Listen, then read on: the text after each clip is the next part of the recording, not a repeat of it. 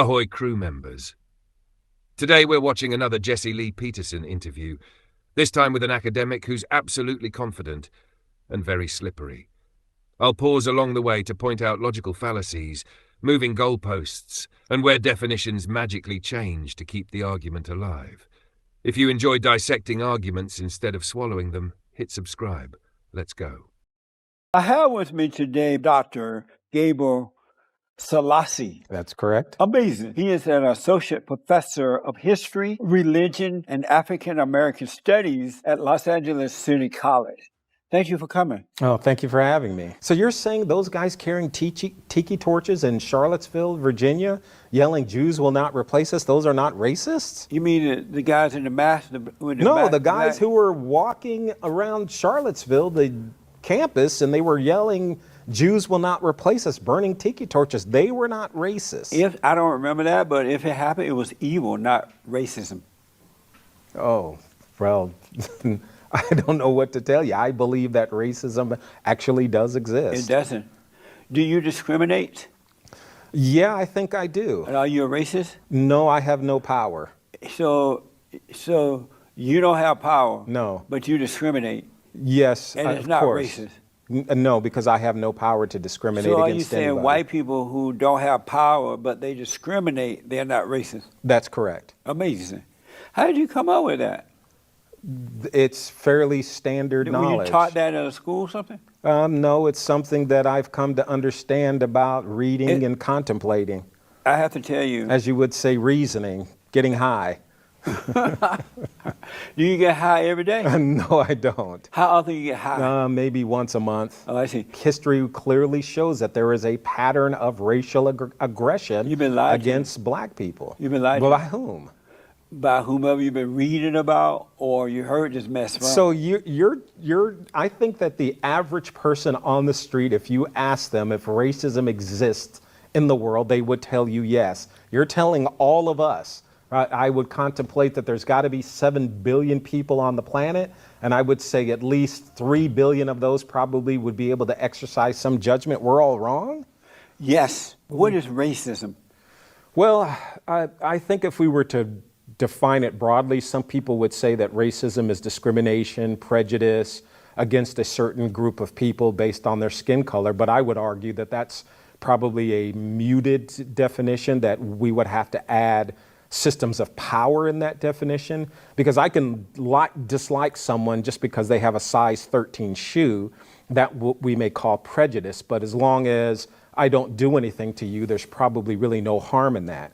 But if I'm able to keep you from having a job because you have a size 13 shoe, that's probably would be, if we were to extend this to race, that would be racial. So who is stopping black people from having a job?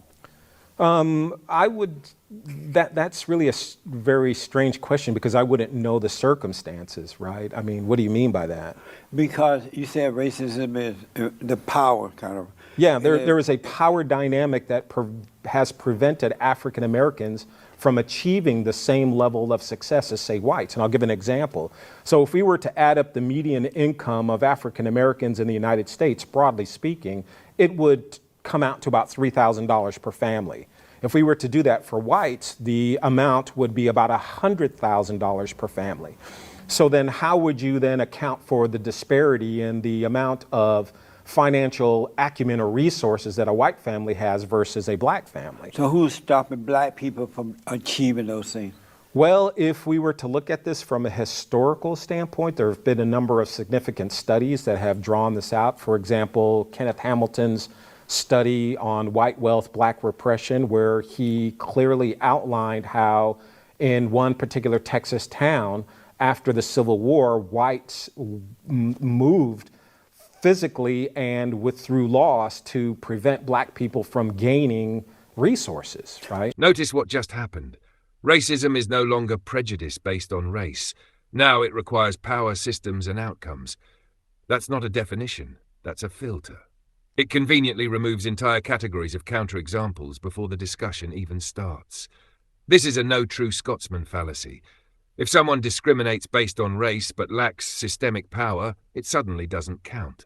Why? Because the definition was redesigned mid-conversation to protect the conclusion. And that shoe analogy? It confuses impact with intent. Racism doesn't require effectiveness, only discrimination.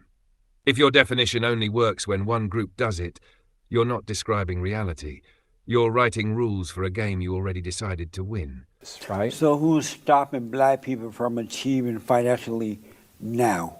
Today, that's a really hard one, and I think it's somewhat of a loaded question. So I'll take myself, for example. I think that I've made some fairly decent decisions in my life that have led me to have some financial success. And I think it's all predicated on the fact that I had a really decent college education. And the decision to go to college was my decision, right? So, but I can't speak for everyone, right? All I can understand is that I think America is designed in a way that prevents a lot of African Americans from achieving the same kind of advancement that the white community has. Who designed it that way, and who's stopping them today? Whites designed it that Who's way. stopping them Let's today? not get it twisted. Whites have designed the system So in a way that stopping blacks today from being successful? in some cases, yes. I'll give an example. The way school funding, right? So we look at school funding. School funding is predicated on zip codes, right? So if you live in an area that has high incomes, you'll necessarily go to a school that is well funded. So we know that we can fundamentally understand that. So the proper way to do this would be to apportion the school funding so it's even-handed. So we take a little bit of money from a wealthy community and spread it to the poorer communities, but that doesn't happen. I happen to know that black schools are getting more money than the white schools are because of the black politicians, and white people are afraid now, and yet the blacks are turning out screwed up. Why is that? I didn't say that. You didn't say what? I didn't say the blacks are turning up screwed up. No, I said it. Oh, I said, okay. and yet they're turning out screwed up. So they're getting the money going to the schools. I'm not so sure. I mean, that they're screwed up, or that they're getting the money? well, I would say this, that there are some inherent problems within the African American community, and not all of them can be attributed certainly to the white community, but a great number of them can be. I'll just give you an example of this. I went to a historically black college in Texas, Prairie View A&M University. I'm familiar with that. And Prairie View was founded because the whites in Texas did not want black students to go to Texas A&M. So they founded Prairie View, and what they systematically did for its existence since 1876 is they underfunded the university. They did this knowing that even under Jim Crow, the idea was separate but equal. They had separate, but it was not equal. So just to keep going here, just for a moment, the answer to that is that I know a person like yourself could not think that would be anywhere fair, nor would you probably want to say that those students receive the same type of quality of education as those students who went to the all-white Texas A&M. I happen to think that that's perfect. That if that happened, that it happened that way, because when people are not supposed to take care of you, you're supposed to take care of yourself. And I happen to know that in the good old days when boys were boys and men were men, if somebody refused to give you something, you go out and get it yourself. It brought out the best in black people. Yeah, sure. And because I grew up on a plantation in Alabama under the Jim Crow laws, and because blacks didn't rely on the whites or begging someone for something, they had families, they had worked hard, they created their own, they were doing quite well. It wasn't until they started begging and blaming but you can't, with the civil rights movement that they became weak and pathetic. But I know that you're not trying to suggest that life for African Americans was some type of a utopia in 1870. Well, I don't know about life for most black people was a living hell. I don't know about 1870, but I know about from 1949 to this day, it's been paradise for blacks. But they're so angry and demoralized, they don't realize it.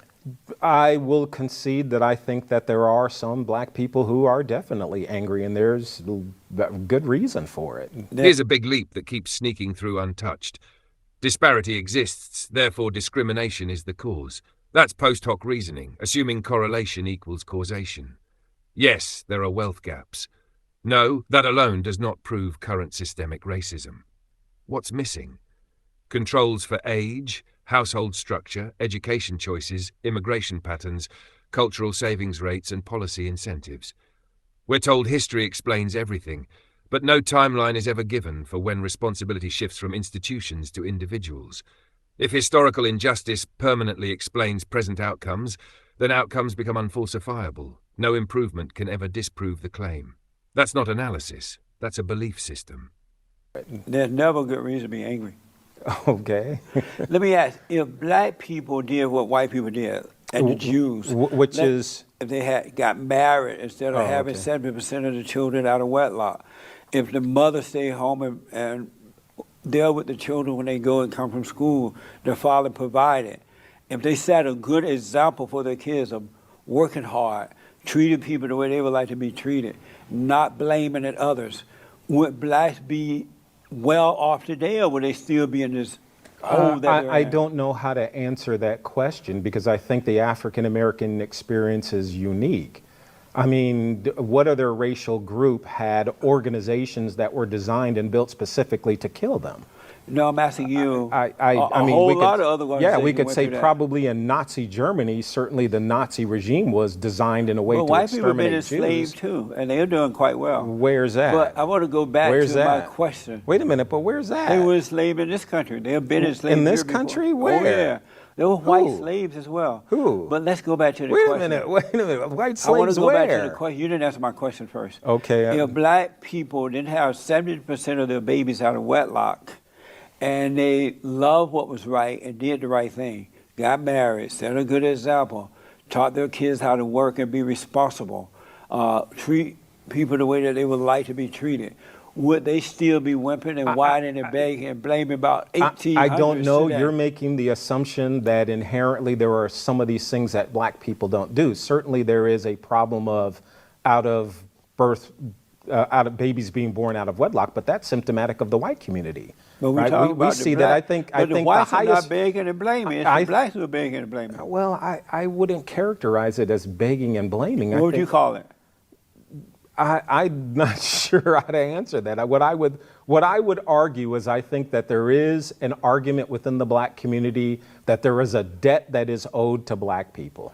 Amazing. So I need to go back to my question because you didn't answer it yet. Yeah, because I'm not sure quite how If to black answer that. people did what the Jews are doing, the whites are doing, and others, if they got married, they set a good example for the kids. The father went out, provided for his family. They taught the kids to work and be responsible. Would the blacks be in the situation they're in today? Okay, I would argue that your question, just as its surface, is a somewhat loaded question, and I think the bottom baseline answer to that would be, of course, right? We would. So why not teach them to do that? Who's rather not than teaching spend them to do that? Are you teaching them that it's not the white man and you guys are doing it wrong? I teach my students that every person has a responsibility to do for themselves. But are you also teaching them that the white man is trying to hold them back? I'm not teaching them that the white man is trying to hold them back. I am telling them that there are institutions and patterns of racism that are embedded in the fabric of America that will at times challenge you. Do you tell them that white people are racist? I tell them that there are racist people in America. Do you tell them that those racist people are white people? No, I do not. So you don't say white people are racist. I tell them that there are racist people in America. And who are those people? They could be just about anybody who has power in this country. If someone has the ability to deny you a job based on your skin color, they probably are racist. So I hear that the Jews have a lot of power. Are they racist? Some could be. I don't know. I don't know that for a fact. But they have a lot of power. Yeah, if a Jewish person denied you a job based on your skin color, that's probably racist. So do you agree that they have a lot of power? Well, some Jews do. Some black people have a lot of power. Some white people have a lot of power. Are those Jews racist? Which ones? The ones that discriminate against you because of your skin color? No, not because they have power. Are white people who have power? No, not because they have power. Okay. This is where the argument quietly collapses. School funding based on property taxes is described as racist by design. But wait, zip codes aren't racial categories. They're economic ones. So now we've shifted from racial discrimination to class-based outcomes without acknowledging the switch. That's a category error. If inequality equals racism, then every unequal system everywhere becomes racist by definition, including ones affecting poor whites, immigrants, and rural communities. And when he says whites designed it this way, that's collective guilt, assigning intent to millions of people across generations who had no involvement in the policy. At that point, the argument isn't about fixing systems anymore. It's about assigning moral blame. It's changing a little bit. They're trying to change it. But light-skinned blacks discriminated against dark-skinned blacks. Some of them won't hire them. Yeah, we have a colorism issue. Are they racist? Well, I would say that if a light-skinned black person had the power to deny you a job, they probably might be racist. If they're doing it because you are a dark-skinned black person, they probably are racist. So anyone black people, if they have power, can be racist. We can see this in Haiti. Do you believe that all white people are racist? Or just Oh, absolutely some? not. Oh, okay. There are some really good people of all races. Okay. No. Do you tell your class that? Oh, absolutely. And so when I was growing up under the Jim Crow laws, blacks did better then because they believed in God. They got married. They had, they took care of their families. The parents and grandparents were around. They did much better then. They bought land. They created their own schools. They came back as professionals. They were doing better, and they were not blaming anything on white people. They were not blaming anything on white people. What was the difference then and now when they got all the freedom now to do whatever they want? Okay, now I think I understand a little bit better where you're going with your argument. Then this is where I will concede. I think that there is one essential thing that black people, I think, don't talk about a lot, and that is after the Civil War, black people really did have to depend on themselves. And I think people like Michelle Alexander will concede the idea that before we had desegregation, full-blown desegregation, there were a lot more black doctors, there were more black engineers, more black lawyers. I think there were a lot more black professionals, leaders in their communities. And I think but they were not thinking of, don't believe Michelle, she's not all there. Well, I think her statement, is absolutely right, and I think she would back you up on your assessment. The way she presented as the white people's well, I'm not speaking about her entire argument. I'm just talking about the argument here where she makes the argument that before desegregation, before blacks were quote unquote allowed, there were more black doctors, more black lawyers. I know, but at that time, black people were not into black. They were doing it because it was the right thing to do. Yeah, they were decent people, so they just took care of their families. They took care of themselves. They weren't into, I got to do better than the whites, or the whites are trying to hold me back, because they were taught to treat everybody the same. Well, I think black communities were more unified, I think, to some degree. No, they weren't unified. I would argue because if you were a bad black person, you can't hang out with the other black people. I remember so many times when if the parents were bad, my parents would say, you can't hang out with those kids. The parents are no good, so the kids are no good too. And they were black. It was based on right and wrong. Well, that's what I was taught, so I don't know. I mean, my mother was old school, right, from Texas, right. So So why can't you guys go back to teaching that rather than all this phony racism stuff? Well, I hope that you're not trying to concede the idea that racism doesn't exist and that we shouldn't be teaching. You're saying that racism does not exist? Not at all. It has never existed. It's a made-up lie from the children of the lie to control the masses. Our battle is a spiritual battle. It's a battle between right and wrong. So and let me see if I got this. Teaching racism, okay, so let me see if I have. Let me just finish this first. Those people who are teaching racism are evil people, and they're trying to control the people by getting them to believe. All right, we'll stop it there. Notice the pattern. Definitions stretch, causes are assumed, and responsibility is always external. If everything is racism, then nothing ever gets solved. As always, think clearly, argue honestly, and don't let fancy language replace logic. If you enjoy this kind of breakdown, hit subscribe and leave your thoughts in the comments. Until next time, stay sharp.